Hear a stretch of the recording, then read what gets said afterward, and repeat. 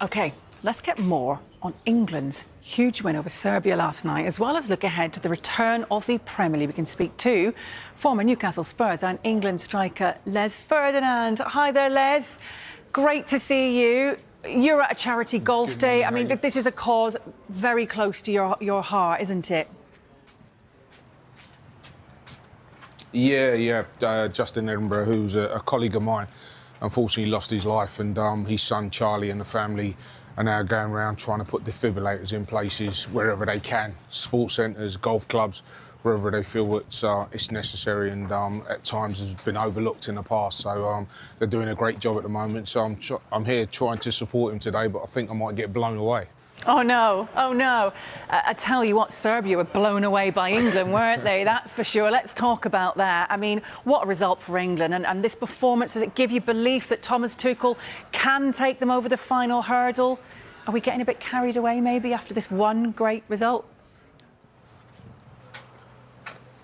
No, I think it was the result that everybody was looking for. And I say the result, it was the performance that everyone was looking for. We know we've got a group of players that are capable of performing in the way that they did last night. And, you know, going to Serbia, everyone was talking about it being such a tough place, scoring the goals that we scored, playing in the fashion that we played and not conceding a goal as well. So the defenders deserve some credit as well. But the team on the whole played in the manner that we've been expecting for a little while under Thomas Tuchel. And this is probably the first time we've seen it. And long may it continue.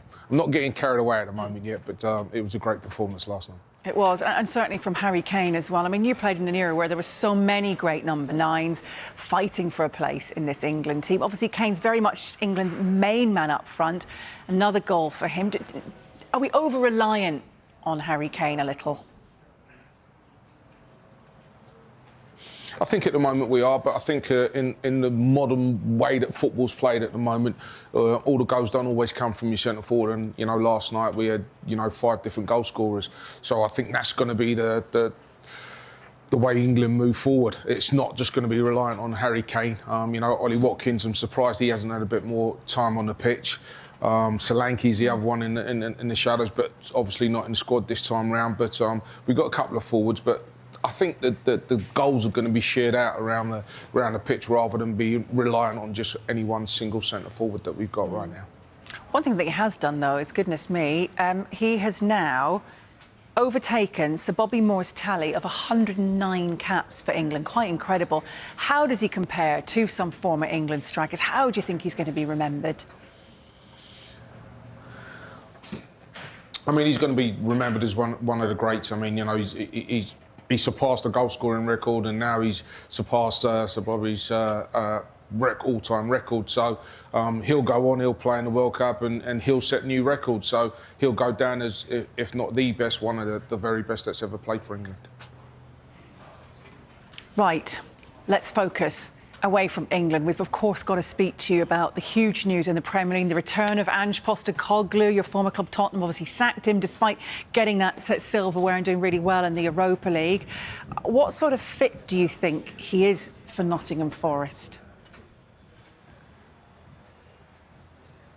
I mean, you know, Nuno did a great job there last year, and I think we're all surprised by the fact that he's gone in the manner he's done. But at the start of the season, there was some rumours and some things that he came out with that you knew was always going to be a struggle for him to stay there.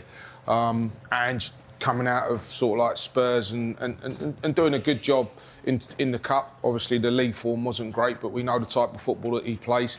Hopefully, he can go to Forest, and it remains to be seen whether it's a match made in heaven.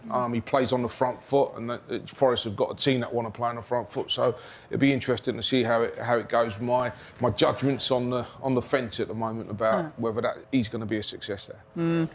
Well, Postecoglou obviously left Spurs a couple of months ago, and then huge news following that, Daniel Levy stepping down. Goodness me. Is this a positive move for the club? And again, so what do you think his legacy will be? I mean, his legacy will obviously be what he's done in terms of bringing Spurs to where they are right now. In terms of they've got a magnificent stadium, a magnificent training ground. They've got some great players. I think what people want to see now is whether Tottenham can compete. They've competed in the top 4 or 6 in the last couple of years, last few years. It's whether they can really push on and become title contenders, because as well as Tottenham have done, they've never been seen as title contenders. And I suppose that's the next step for the people coming in. Can they make this Tottenham team going forward title contenders? And that's where they need to try and get to. I want to kind of focus still a little bit on strikers here with you. Alexander Isak left your former club, Newcastle, in acrimonious circumstances. You 30 years ago, of course, replace Andy Cole. He controversially left for Manchester United. How big a challenge does Nick Woltemade face now? Yeah, he's untried in the Premier League. And so it's going to be a tough test for him. I think it was important that they brought Wissa in, because that'll take a bit of the pressure off of Woltemade. But yeah, again, it remains to be seen. Players sometimes come into the Premier League and it takes a while for them to get used to it. He's not what I'd call a traditional type centre forward who plays through the middle, likes to come off the wing a little bit, and I suppose the modern centre forward nowadays wants to play off that left side and come in and sort of like use their right foot and score goals coming in from the side, and that's what he's more traditionally done where he's been.